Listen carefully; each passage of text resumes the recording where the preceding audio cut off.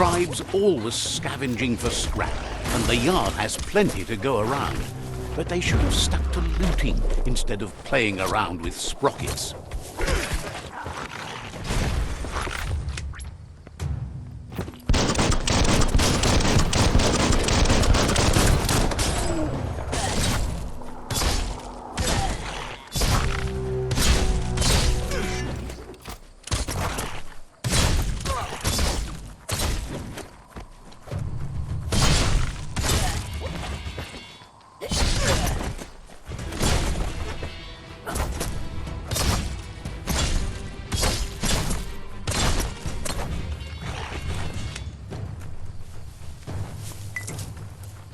That's a good find.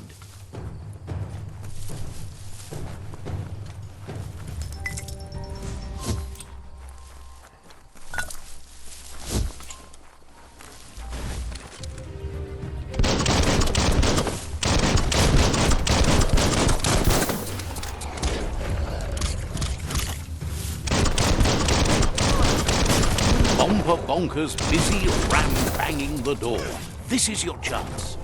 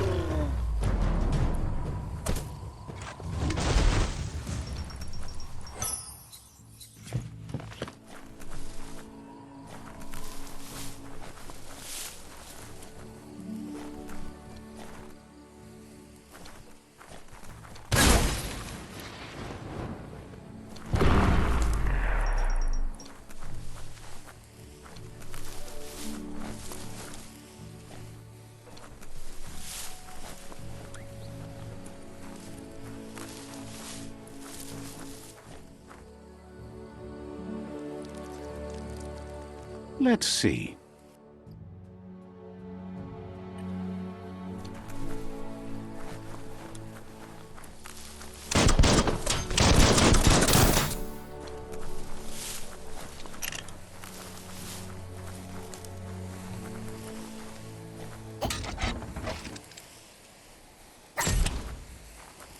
The Tree of Life still stands.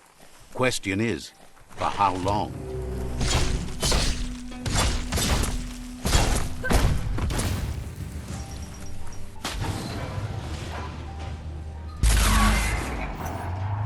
Yes, you can do anything. The sky's the limit. Now, let's take this back to Earth. Wow, you really took that all the way down to the end, in flames.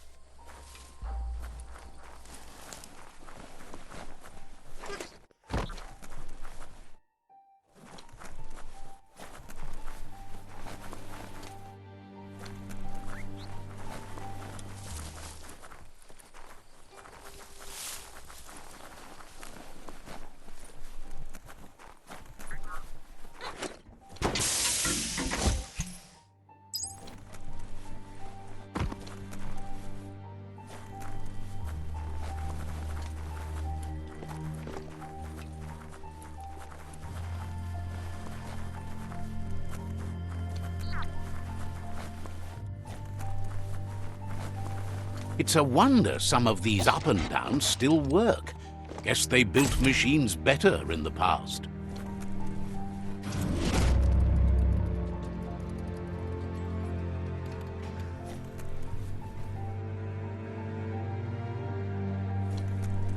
The spent nuclear fuel that Toxanol dumped in the surf had detrimental effects on the marine habitats, while the overflowing landfills contaminated the groundwater. Combined, this sent their world hurtling on an inevitable road to ruin.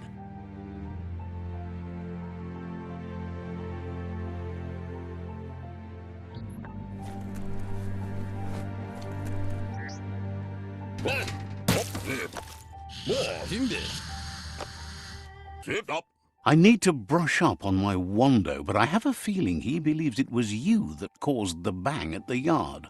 Well, I very by you. Oh, and he says he knows you. You used to call him Gizmo. He gave you the oil-greased hands when he taught you how to upcycle. Gizmo remembers you as a nice kidling, and he can still sense the warmth of your good heart. Junie, not now. But Gizmo says how you experience a memory can be different. You know the story, but sometimes the truth it brings is personal. Dog. He hopes you remember that one time he taught you to upcycle, and hopes you've had some use for it over the years. Oh, dear. He understands history made Loopa Loopin a big part of your past, your present, and soon, your future. Let's go. For that, You still believe there's some good in everyone. You still have hope for tomorrow. Clapper, see what do. He says you should know that what's meant to be will always find a way, but history shouldn't consume you. Gizmo encourages that. You should forgive, but never forget. It'll provide some comfort to your soul and keep the memory of lost loved ones in your heart. Fan that flame!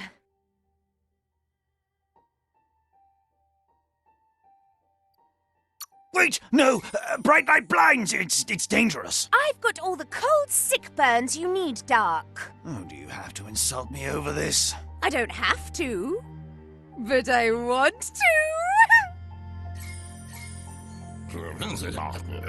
Hard to believe the world is actually going to survive. Just seemed impossible till now. Grateful to you for coming back and doing your best to change things. You were the only chance they had. Wonders if you liked working with the Myriad. They always seemed so centered and so seeking. But that's not important now. Gizmo says it's taken a long time to bring the past up to the present, and where you go from here is up to you. You need to set the past aside, at least for now. He can't leave the Underyard as he has no protection against the vacuum in the dead zone, so you need to salvage scrap to upcycle the Mekton, starting with the old crate outside. You should return when you've retrieved the scrap. There's no time to waste if you want to make the Mekton strong enough to fight the Jumbo Puff. It's the part of the land that suffered most from the apocalypse. It's deprived of oxygen, making it next to impossible for anything but creatures that were most contorted by the contamination.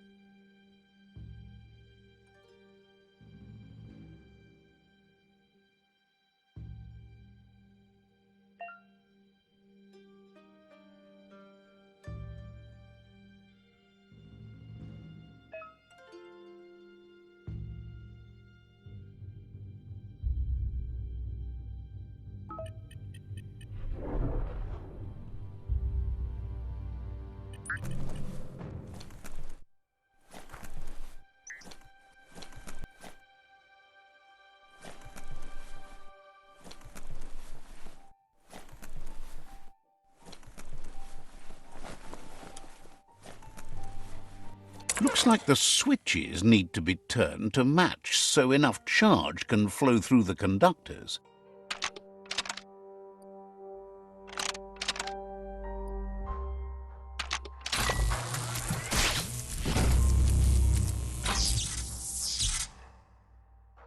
Good. That's enough electric current to initiate the actuators and activate the framework.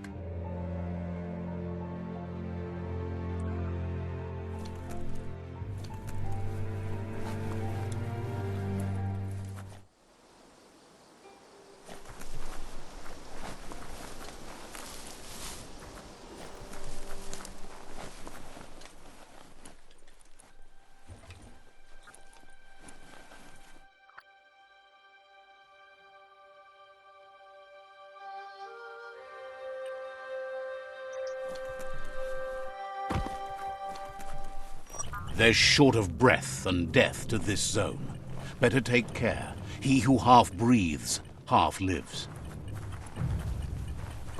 That's the leftover you're looking for.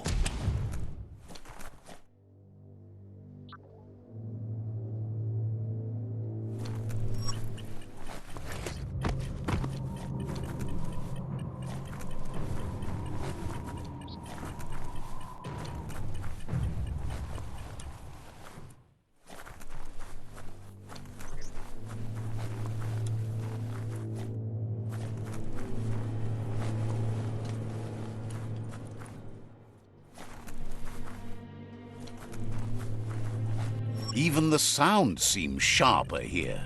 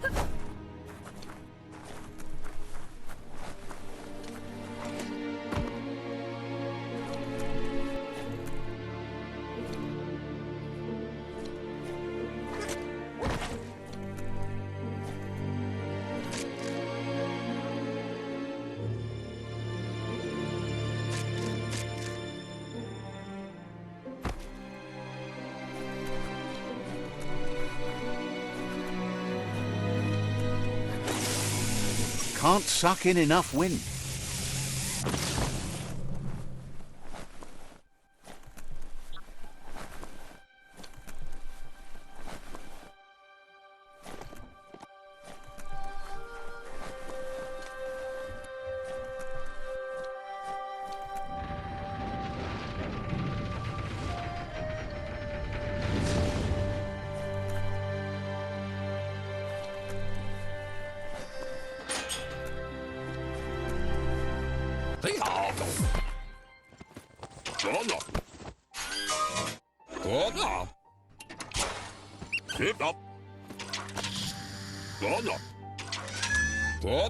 He says that's enough to get the Mekton functional.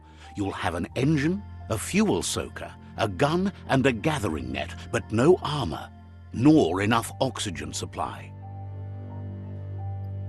Fruit, drink, typo. He made a suction device so the Mekton can use the black tar as an instant refuel. You can also use it to clear oily goo puddles, so you can pass and access hard-to-get-to areas. Fruit, drink, typo. He's been working on another project for the Mekton, a cannon, but it needs ammunition, and by that he means the scripts. He says if they're trained right, they'll turn into a distraction for the jumbo puff. The best way to find Scripps is to go talk to Moog. He knows the ins and outs of every breathing thing left alive after the apocalypse. Unfortunately, this means you'll have to venture farther out into the dead zone than Moog's camp on the steep depot. Once you find Moog, he'll be able to give you directions to where you'll find Scripps. He noticed the jumbo puff has a short attention span, so the Scripps should distract it long enough for you to inflict some damage.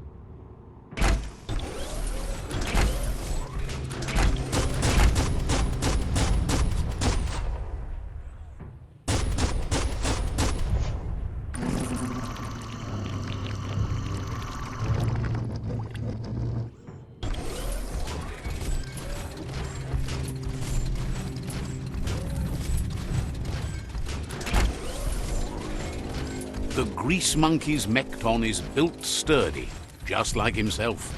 Can you imagine how this place used to look before the dead oil flood?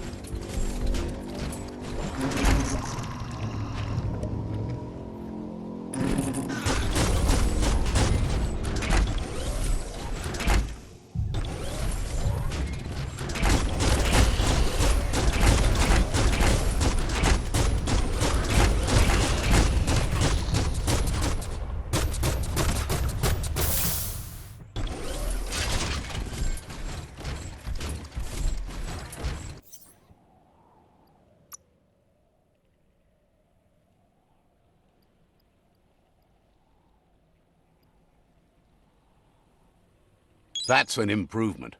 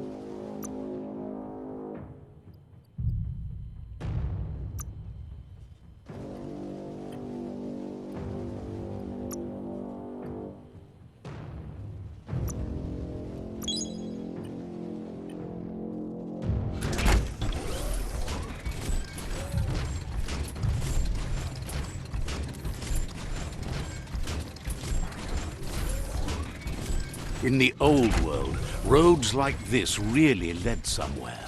Now, most of them lead to disaster.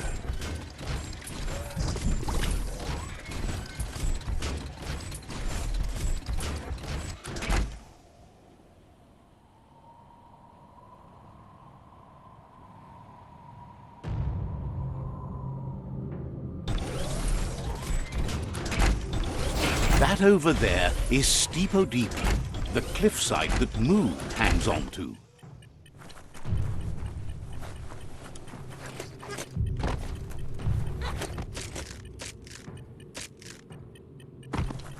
It's in your grasp. Potser immo Diava.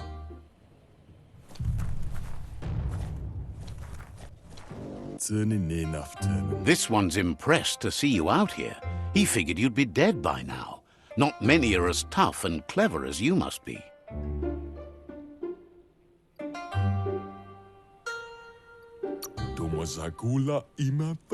Claims he goes after the most dangerous game, huge monsters.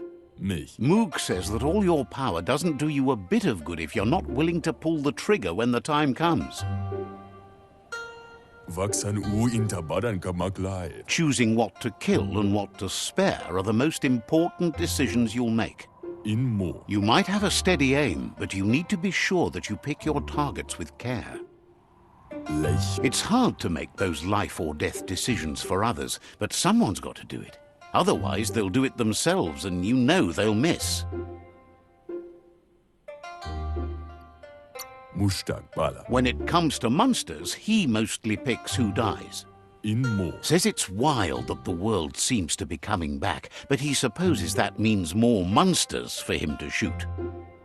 Kuntuf. Wonders why you work so hard to keep things alive. Bullets help thin the herd instead. Why ad fudlea haya. Says you should give up on working with the stubborn myriad. He keeps trying to put out their lights and they keep putting up new ones. Do. He's afraid you're just as stubborn as them. Waksan nach kale zegi. But enough of that, right? Waksan nach kale zegi. He says the wildlife, nature, has changed and turned against us. Instincts of survival took over when the world changed. Intabadan. He's not sure about their veggie diet anymore, and if it's changed, who knows what it's done with the chemical composition of their body output. Me. Right now, though, he feels he's come to a point where he's got a pretty clear idea on the whereabouts of monsters, both tall and short. Ekanishalafai. Says as big as they are, the world is bigger. To find where they are, you need to see where they've been. Piada. Moog says you must learn to walk before you can run. It takes practice before you can call yourself a monster hunter. Cherry la fia. Fortunately for you, he can help. He understands you need to start off with something small before you go big.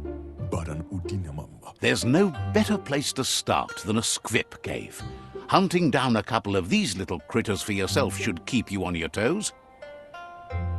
Guhu. Says you stick to the hunting and shots present themselves later.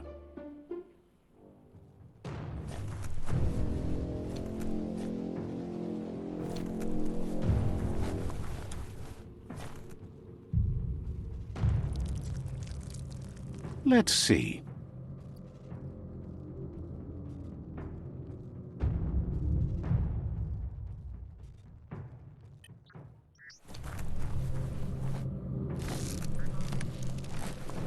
Pace yourself.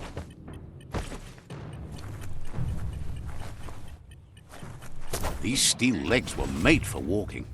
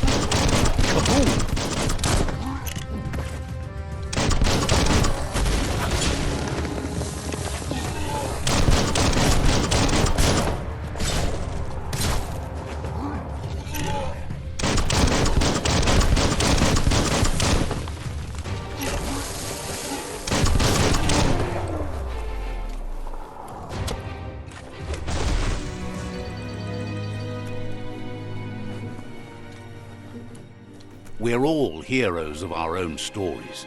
Or so we hope.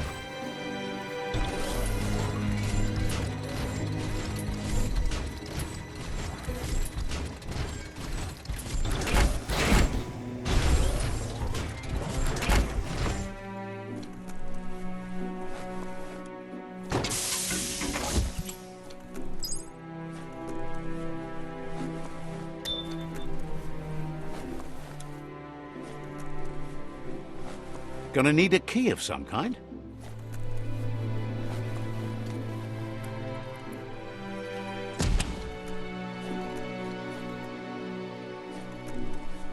Once the volatilization from the nuclear waste evaporated, a volatile gas rose through the soil and infested structures, even Toxanol's own buildings. So, in a way, they caused their own death.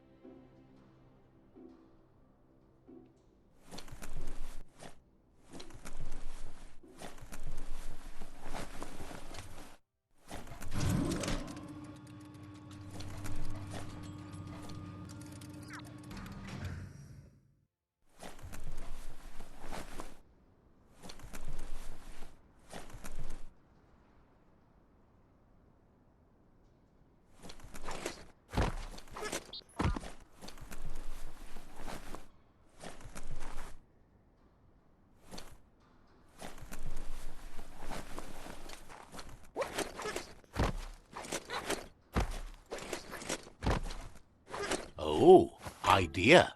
Go knock the lid off that sludge truck. It'll fill the place up and you can get up to that entrance there.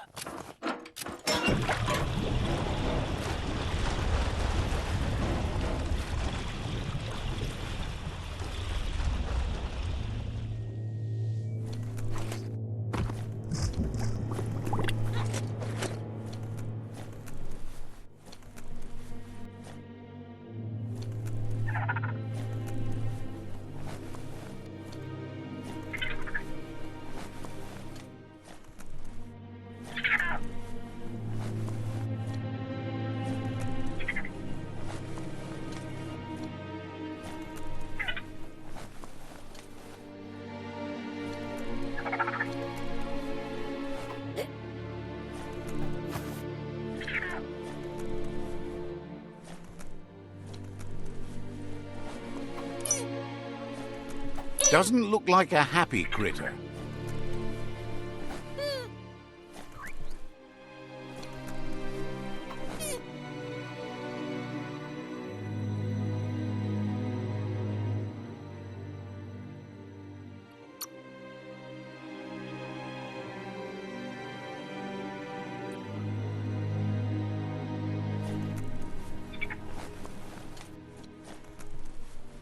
You need to line up the switches so they match.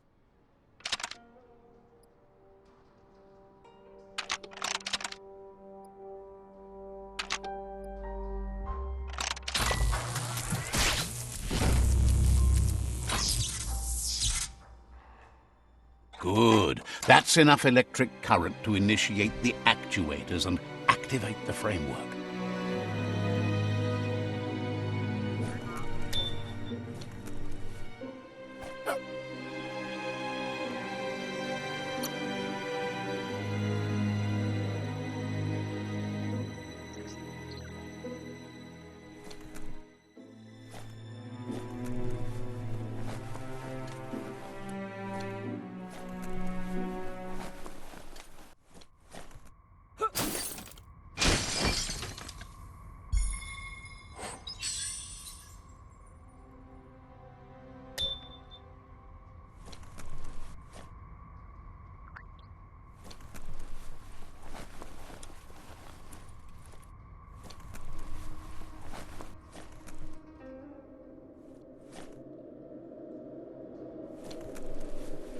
Night is the time to take care of business.